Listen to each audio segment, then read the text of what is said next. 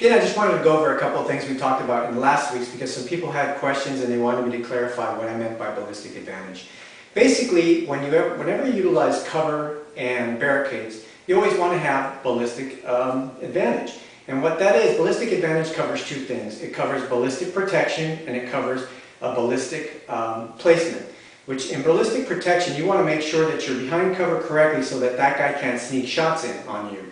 So that is providing you ballistic protection. Now, ballistic placement means that you're going to be in such a way behind cover that you're going to be able to place your shots on him before he places the shots on you. In other words, if you utilize cover correctly and you do the correct moves, which I'm going to show you in a couple of weeks, you should be able to see the perpetrator or see the target before the target can actually see you. And that's pretty much how it works. So again, ballistic advantage is two concepts. One is ballistic protection and the second is ballistic placement. I hope that answers your questions from last week.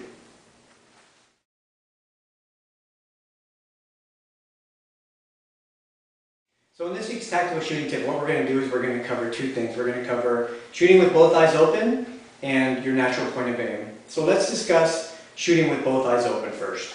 So one of the quickest ways to learn how to shoot with both eyes open is first, we have to establish which eye is dominant. So there are many different ways to do that, and one of the easiest ways that most people know about doing it is if you take both your hands and you just cross them like this, you put them in front of you on a target, and you bring them in slowly, slowly, slowly, looking through the aperture in between your hands, and whichever eye it ends up is your dominant eye. In other words, if I'm over here on my right eye, that is my dominant eye. Now there are several other ways to do that, but basically that's pretty much the easiest one. And a lot of people seem to think that when you shoot you need to close both one eye or the other, and that's why I mentioned in some of my past videos is that most people under stress will have both eyes wide open. And this is true when you're in like stressful situations such as gunfights and high stress level things. Your eyes will both open no matter what. So it's always good to learn how to shoot with both eyes open. In order to do that, what you have to do is figure out which eye is dominant, and most people close that other eye that wants to pull focus because if they don't, they'll get double vision. But all you really, really need to do is just squint that eye. And I've talked about this before. Just squint that left eye, just enough to pull focus to the right eye. And if you keep practicing like that, over time what's going to happen is that eye is going to completely open up eventually, when this one starts getting stronger than this one. So you can actually, I started off as a left eye dominant shooter, and because of training and things like that, now I'm right eye dominant because this guy, you know, I still squint it a little bit from time to time when I'm further back because I want good target acquisition. When I'm about 50 yards or so on shots, I'll close, not close, but I'll squint this a little bit, but I don't close it all the way.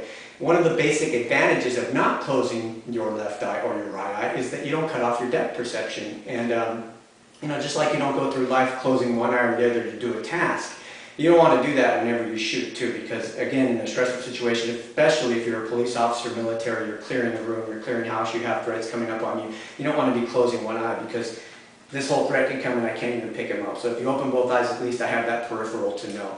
So that's how you would train your eye to go ahead and pull focus more than your other eye, is just squint the non-dominant eye, just squint the other one a little bit. And what's going to happen is eventually, like I said, this one will open up, this one will open up, and you'll be able to shoot with both eyes open. Okay, that's the secret to shooting with both eyes open. So the next thing we want to talk about, which we've already talked about in our past videos, but I wanted to reflect on it before we move on, is natural point of aim. People ask me, well, how do you line yourself up on a stagnant row of targets before you even get there? Once you learn this principle, this applies to anything you do. Right-handed, left-handed, steel shooting, stagnant shooting, moving shooting, it's all the same.